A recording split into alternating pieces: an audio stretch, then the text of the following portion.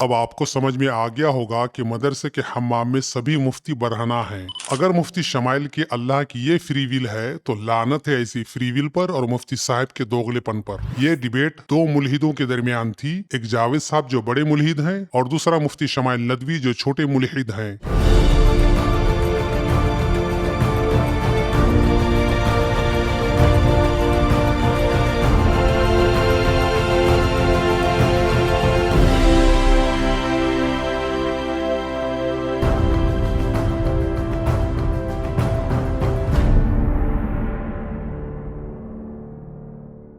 Inside इस्लाम channel में आपका खैर मकदम स्वागतम और वेलकम है। मैंने अपनी पिछली वीडियो में कहा था कि डज गॉड एग्जिस्ट की खुजली मुफ्ती शमाइल नदवी के लिए बहुत तकलीफ देह हो सकती है, क्योंकि अब इस डिबेट का चर्चा पूरी दुनिया में होने लगा है और सोशल मीडिया में तो इस डिबेट ने धूम मचा दी है। शुरू में लग रहा था कि जावेद अख्तर साहब ने इस गुमनाम मुफ्ती शमाइल के साथ डिबेट करके गलती की, लेकिन जावेद साहब फिर जावेद साहब हैं। अब जिहादी और मदरसा छाप मुसलमानों के अलावा दीगर तमाम मुस्लिम दानिशवरों ने मुफ्ती शमाइल की टोपी फाड़नी और पगड़ी उछालनी शुरू कर दी है।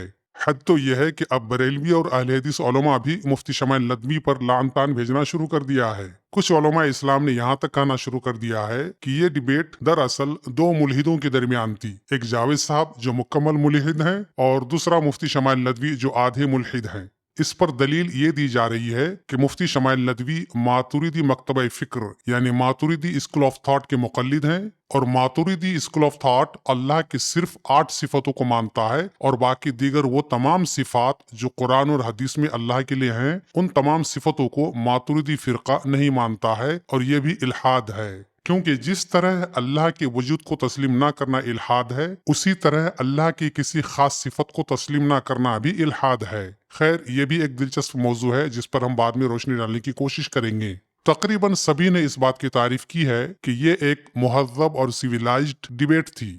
असल में पुराने तल्ख तजर्बात की रोशनी में तालीम याफ्ता मुसलमानों को ये उम्मीद नहीं थी कि कोई मदरसे का मुफ्ती तहजीब व शराफत के दायरे में रहकर किसी एक्स मुस्लिम मुल्हिद से अल्लाह के वजूद पर डिबेट करेगा। लेकिन इस डिबेट में मुफ्ती शमाइल नदवी ने मुहज़्ज़ब अंदाज में अपनी बातें रखी जो काबिल तारीफ है। लेकिन क्या मुफ्ती शमाइल वाकई एक्स मुस्लिमों और मुल्हिदों से मुहज़्ज़ब अंदाज में डिबेट करने के रवादार हैं या ये इनकी मजबूरी थी? क्योंकि ये डिबेट किसी मस्जिद या मदरसे के अहाते में नहीं हुई है, बल्कि दिल्ली के कॉन्स्टिट्यूशन क्लब के अंदर हिंदू मुस्लिम सबके सामने हुई है, जिसे लाइव टेलीकास्ट की गई है। मेरे ख्याल में शमाइल नदवी एक मुहज़्ज़ब मुफ्ती से ज्यादा एक शातिर और मक्कार मुफ्ती हैं, क्योंकि इसने इस डिबेट में अपनी सस्ती शोहरत और जाती फायदे के लिए सारे मुसलमानों को बेवकूफ बनाया है। क्योंकि जरा सोचो कि अल्लाह के वजूद पर डिबेट करने के लिए क्या मुसलमानों के पास एक मुफ्ती शमाइल नदवी ही अकेला बाकी बचा है? क्या इसके अलावा मुसलमानों के पास कोई और दानिश्वर नहीं है जो अल्लाह के वजूद पर डिबेट कर सके? है और बहुत है, लेकिन सबको मालूम है कि ये एक ऐसी बहस है कि जिसमें सिर्फ मुसलमानों के अरबी अल्लाह की फजीयत ही होने वाली है। इसलिए मुस्लिम दानिश्वर हजरात इस तरह की बहस और डिबेट से कतराते हैं। तो सवाल है कि आखिर मुफ्ती शमाइल नदवी इस डिबेट में क्यों कूदे? इसे जानने से पहले मुफ्ती शमाइल नदवी की कुंडली जान लीजिए। मुफ्ती साहब पैदाइशी तौर पर जम्मू कश्मीर का है। इनका ननिहाल बारामूला में है। यहीं पर इनकी इब्तिदाई परवरिश हुई है और यहीं पर इनके कानों में इस्लाम की जिहादी आजान दी गई है। फिर इनकी जिंदगी का ज्यादातर हिस्सा मगरबी बंगाल में गुजरा। दारुल उलूम नदवतुल उलमा लखनऊ से आला इस्लामी तालीम हासिल की और मजीद इस्लामी तालीम के लिए मलेशिया यूनिवर्सिटी भी गए और अभी कोलकाता की कोबी बागान मस्जिद के इमाम व खतीब हैं। अब जावेद अख्तर साहब के साथ इस मुफ्ती की दादागिरी और बदमाशी की कहानी सुनिए। वेस्ट बंगाल उर्दू एकेडमी, जो कि मगरबी बंगाल का एक सरकारी इदारा है, इस इदारे ने उर्दू जुबान के फरोग के लिए 31 अगस्त ता 3 सितंबर 2025 के दरमियान कोलकाता में एक 4 रोजा उर्दू अदबी व सकाफती मेला मुनक़िद करना तय किया था और जावेद अख्तर साहब को इसमें चीफ गेस्ट बनाया था। बस फिर क्या था, मुफ्ती शमाइल नदवी को जावेद साहब जैसे मशहूर शायर, नगमा निगार और नरम मिजाज बुजुर्ग एक्स मुस्लिम को टारगेट करके शोहरत की बुलंदियों तक पहुंचने का सुनहरा मौका हाथ आ गया। اور اس نے اپنے نمازیوں، پیروکاروں، اپنے وحیین فاؤنڈیشن کے رضاکاروں اور جمعیت علماء ہند کے مقامی یونٹ کے ذریعے جاوید صاحب کے خلاف نفرت پھیلانی شروع کر دی، اور اس ادبی میلے میں جاوید صاحب کی شرکت کی سخت مخالفت کی۔ کانفرنسوں، جلسے جلوسوں اور سوشل میڈیا کے ذریعے جاوید صاحب کے خلاف ماحول تیار کیا۔ ریاستی حکومت اور اردو اکیڈمی پر دباؤ ڈالا کہ جاوید اختر کا نام مہمان شرکاء کی لسٹ سے نکالا جائے۔ اپنی چہیتی دیدی ممتا بنرجی اور اردو اکیڈمی کے چیئرمین کو احتجاجی پیغامات اور میمورنڈم بھیجے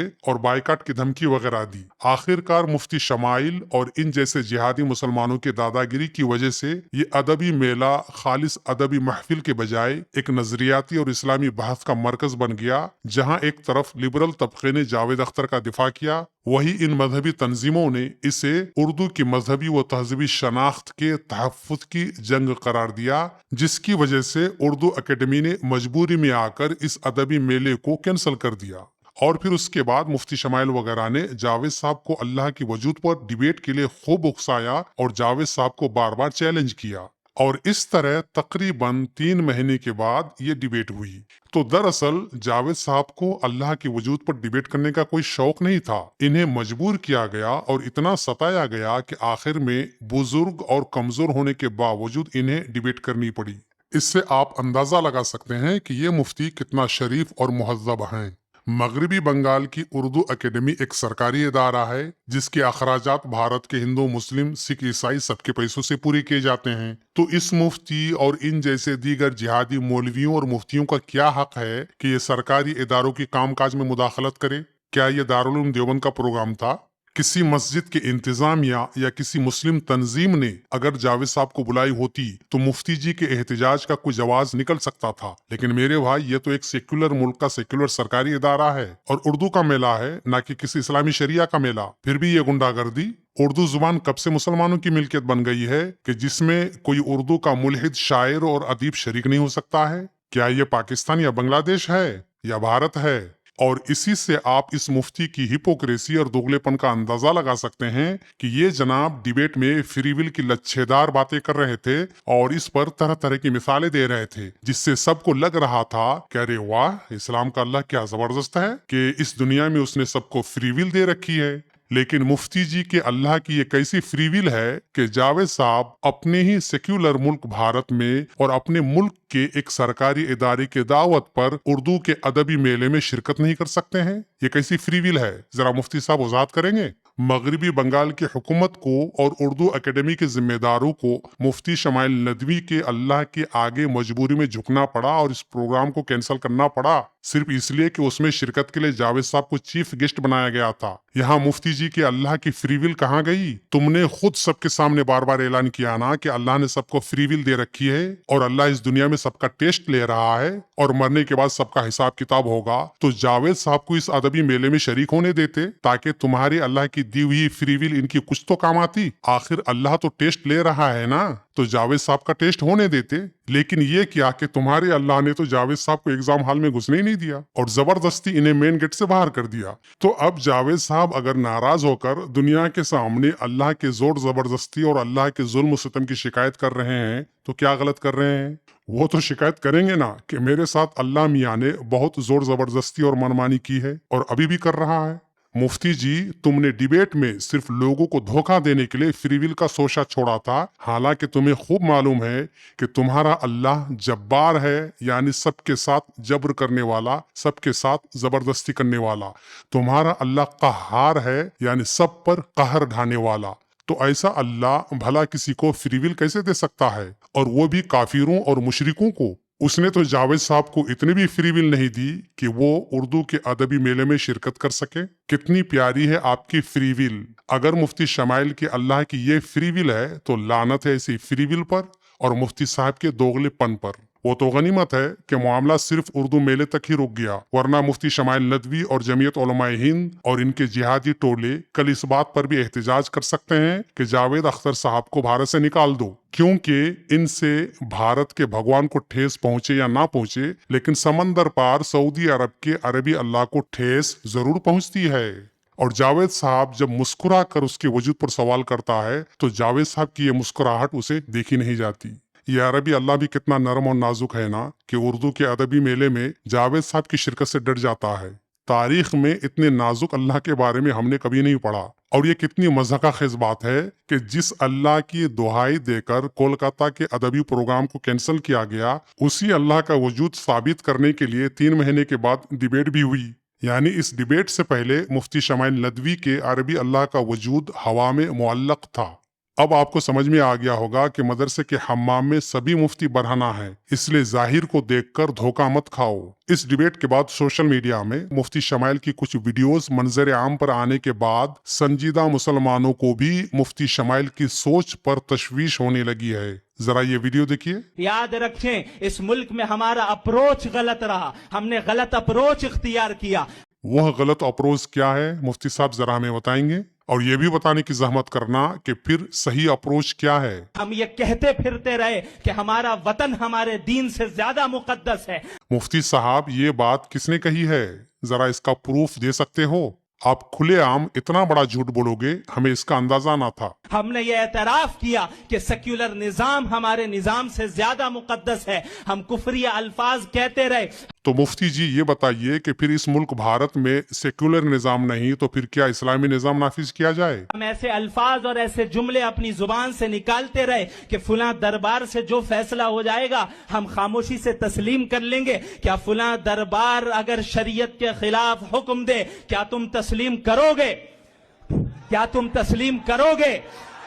अगर तुम्हें इस्लामी निजाम इस कदर प्यारा है तो फिर पाकिस्तान क्यों नहीं चले गए थे? पाकिस्तान तो इसीलिए बना है ना। ये क्या दोगलापन है कि पहले इस्लाम और इस्लामी निजाम के नाम पर मुल्क का बंटवारा करवाया, और जब इस्लाम के नाम पर मुल्क बट गया तो तुम और तुम्हारे आबाओ अजदाद यहीं पर पड़े रहे? क्यों? शर्म तुमको मगर नहीं आती। और अगर किसी गलतफहमी की वजह से उस वक्त पाकिस्तान नहीं जा सके थे तो अब चले जाओ और वहां पर अपनी मनपसंद की इस्लामी जिंदगी गुजारो। भारत के दीगर मुसलमानों के दिमागों में अपने वतन के खिलाफ नफरत और जहर क्यों घोल रहे हो?